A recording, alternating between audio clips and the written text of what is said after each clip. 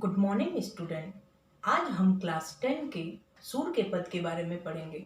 सूर के पद सूरदास जी द्वारा रचित है। सूरदास जी को हिंदी साहित्य के सूर्य भी कहा जाता है। कृष्ण भक्ति की शाखाओं के कवियों में इनका नाम सर्वोपरि है।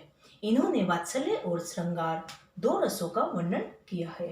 ब्रज भाषा को कविता का आधार बनाया है। इनकी प्रमुख रचनाएं सुर सागर, सुर सुरावली, साहित्य लहरी है। तो आइए हम पढ़ते हैं इनके पद का सार। सूरदास जी ने अपने इन पदों में इस प्रकार से कृष्ण भक्ति का अनन्य प्रेम जागृत करवाया है कि किस प्रकार से माता यशोदा उनको सुला रही है और परेशान हो रही है। जसोदा हरि पालने झुलावे, हलरावे दुलराए मलहावे, जोई सोई कछु गावे, मेरे लाल को आओ निंदिया, काहे न आनी सुआवे, तू काहे नहीं बेगी आवे, तो को कहना बुलावे, कबहू पलक हरि मूंदी लेते है, कबहू अधर फरकावे, सोवत जानी मोन है, के रही करी करी सैन बतावे। इस व्याख्या के अंतर्गत सामने लिखा हुआ है कि किस प्रकार से माता यशोदा उनको सुलाने का प्रयास कर रही है और उन्हें निंदिया नहीं आ रही है। जब उन्हें नींद आने लगती है तो वो सामने जितने भी सब बैठे हुए हैं उनको चुप करवाती है कि किसी प्रकार से मेरे कृष्ण को नींद आ जाए। तो इसको अच्छे से हम करते हैं। जसोदा हरि पालने में, पालना यानी झूला, झूला में बच्चों को झूला झूला कर सुलाते हैं। उसी प्रकार माता यशोदा कृष्ण जी को भी झूला झूला झूला कर सुला रही है, हिला रही है, प्यार कर रही है और बार बार कुछ बोल रही है कि और कह रही है कि हे निंदिया माता, तू आ जा, मेरा कृष्ण तुम्हें बुला रहा है, वो परेशान हो रहा है, तू आके क्यों नहीं उसे सुला रही है। वो लोरी गा रही है, आंखें मूंद ले रहे हैं कभी कृष्ण भगवान, कभी होठ फड़फड़ा रहे हैं। माँ उन्हें सोया जानकर सब लोगों को इशारे से चुपचाप करवा रही है। ये जो अभी आपको आगे बताया है।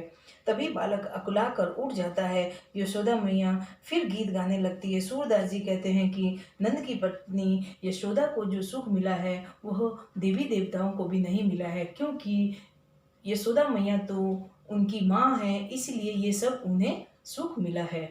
पहले पद का विशेष क्या बताता है? पहले पद का विशेष हमें यह बताता है कि सूरदास जी ने कृष्ण जी के बाल स्वरूप का वर्णन किया है। दूसरा पद हम पढ़ेंगे। अरुण लोचन भों टेढ़ी बार बार जमहात, कबहू रुंझुन चलत गुटरन धूर दूसर गात, कबहू झुकते अलग खेचत नैन जल भर लात, कबहू तुतरे बोल बोलत कबहू बोलत तात, सुर हरि की निरखी शोभा निमिक तजत न मान।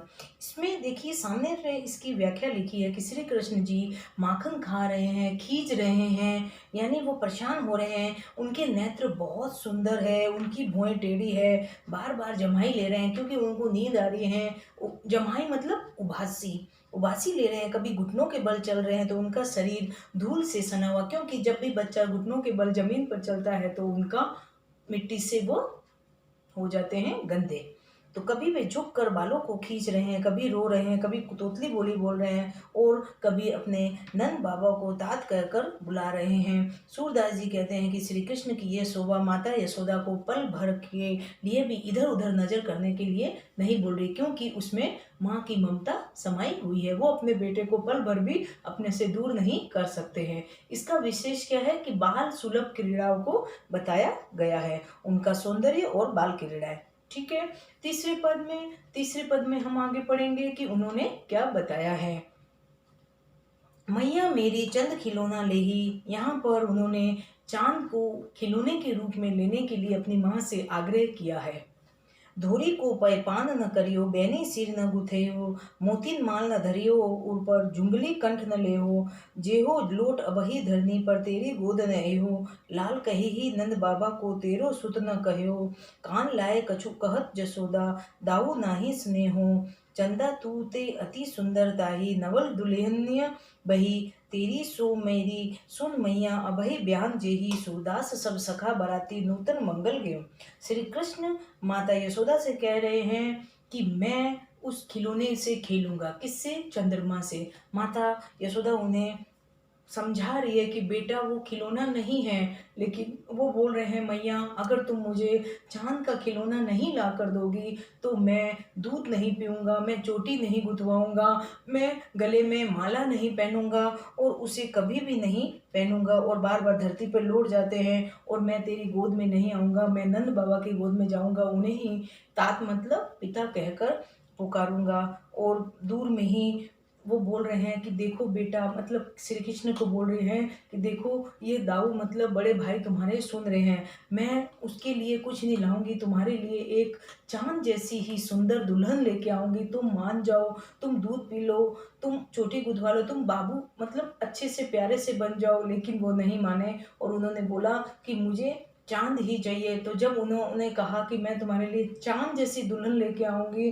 तो वो मान गए और अपने ब्याह कराऊँगी। सूरदास जी कहते हैं सभी ग्वाल बाल बाराती बनेंगे और ग्वाल बाल मतलब उनके जो सगा संबंधी है किसके, श्री कृष्ण जी के, वो सब बाराती बनेंगे, औरतें मंगल गीत गाएंगी। तो इस तीसरे पद का विशेष क्या कहलाता है कि श्री कृष्ण का बाल हट मतलब वो चंद्रमा को लेने की जिद कर रहे हैं।